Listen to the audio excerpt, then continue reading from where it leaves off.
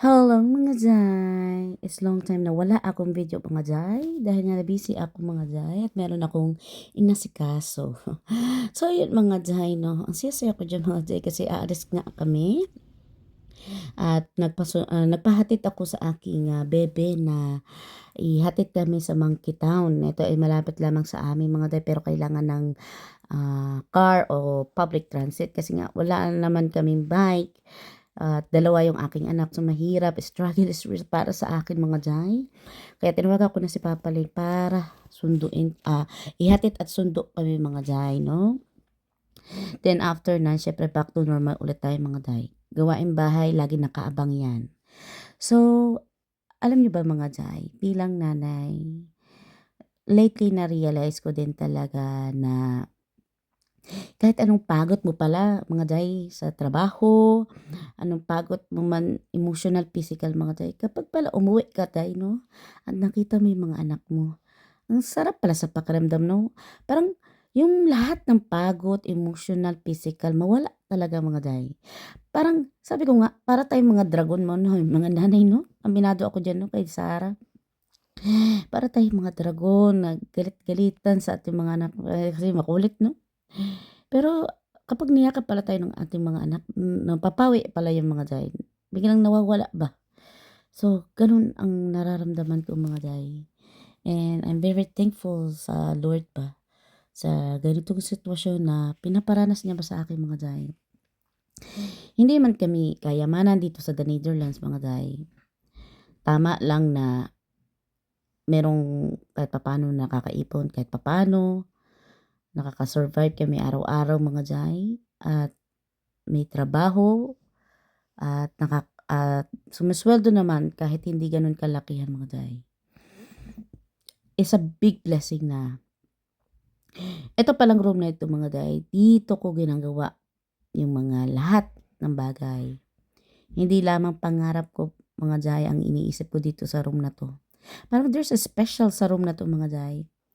Dito ako umuupo, dito ako nagpe-pray, dito ko iniiyak lahat. Dito ko lang talaga ginagawa ang lahat ng bagay mga Jai. Ultimate mga gawaing bahay, pagtutupi mga Jai. Dito ko siya ginagawa, no? Parang dito komportable ako mga Jai. Para dito, ang dami kong pwedeng magawa. Kasi, look, kasi kapag mag-isa ka mga Jai, ayan, tulad ng pagkatulog na yung mga anak ko, punta agad ako sa room na to mga Jai. Dito ko iniisip yung next step na gagawin ko, anong goal ang gusto kong gawin, ano yung next na goal na gusto kong marating, ganun. Siyempre, hindi madali ang lahat ng bagay mga Jai. Pero kapag quiet lang mga Jai, yung mag-isa ka lang ba mga Jai, as in, nakakapag-isip ka ng tama, makapag-decide ka ng tama mga Jai. So, dahil nga Monday ngayon mga Jai, usual ang Sarah, wala nga pasok. So, nandito siya, nakatingin sa akin, anong ba ginagawa ko. But sometimes I stop everything kapag ang Sarah ay nag-aas ng attention mga Jai.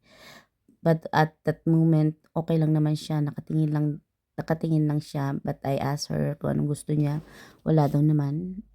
So, hinayaan ko lang diyan ang aking anak. Para ito pala ay dating office ng aking biyanan mga Jai.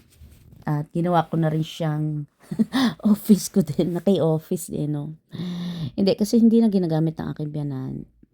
Dahil nga ito ay parang dito niya nilagay yung mga photo album, yung mga books na hindi na nagagamit. So, dito lang nakatambak mga Jai. So, yun mga Jai. Sa buhay ko talaga dito sa the Netherlands, marami mong pagsubok mga Jai. Marami mga taong nanghusga. Marami mga taong underestimate ka sa mga bagay na sa mga kakayahan mo. Okay lang mga Jai. Minsan, yung mga sinasabi ng ibang tao against you, minsan, hindi mo na dapat yan i-big deal talaga mga Jai. Hindi na natin yan dapat pag-aksayahan ng oras. Kasi anhin mo man yan mga jay. Okay lang sana kung makapulot aral siya. Okay lang sana kung yan ay ikagaganda ng ating buhay. Pero hindi man mga jay, no? Ikasira man yan ang ating pag-iisip mga jay. So, dito talaga mga jay, pagkat papasok ako dito na-inspired ako kasi nakikita ko yung goal ko. Yung goal ko for this coming years and by next year mga jay.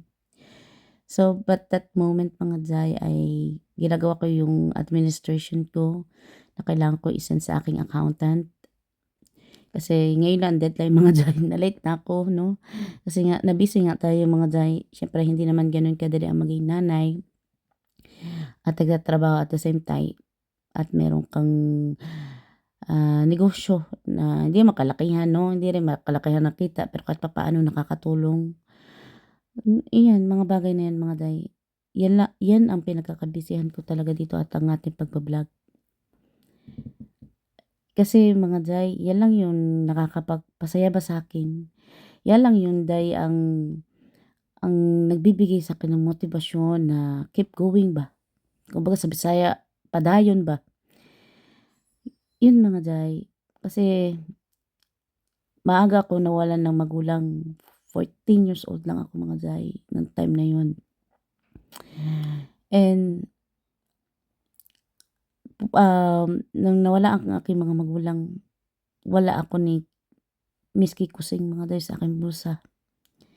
Kaya sinabi ko talaga sa sarili ko, gusto ko gawin ang lahat yung best ko ba. Para dumating man yung time na mawala man ako sa mundong ito, hindi ko iiwang kawawa ang mga anak ko mga jay. Ayoko silang iwan ng wala. At ayoko maranasan nila yung naranasan ko kung paano husgahan ng tao dahil walang-wala ka mga jay. Kaya mga jay, it's a big lesson. Maganda to pa rin ang mga pangarap in a silent way. Kasi only you and God. And ang kagandahan pa mga day, kung mag-fail ka man, hindi ganun kasakit. Kasi alam mo, inallowed yun ng Lord. Yung wisdom na nagmumula sa Panginoon. So, yun lamang mga jay. Padayon.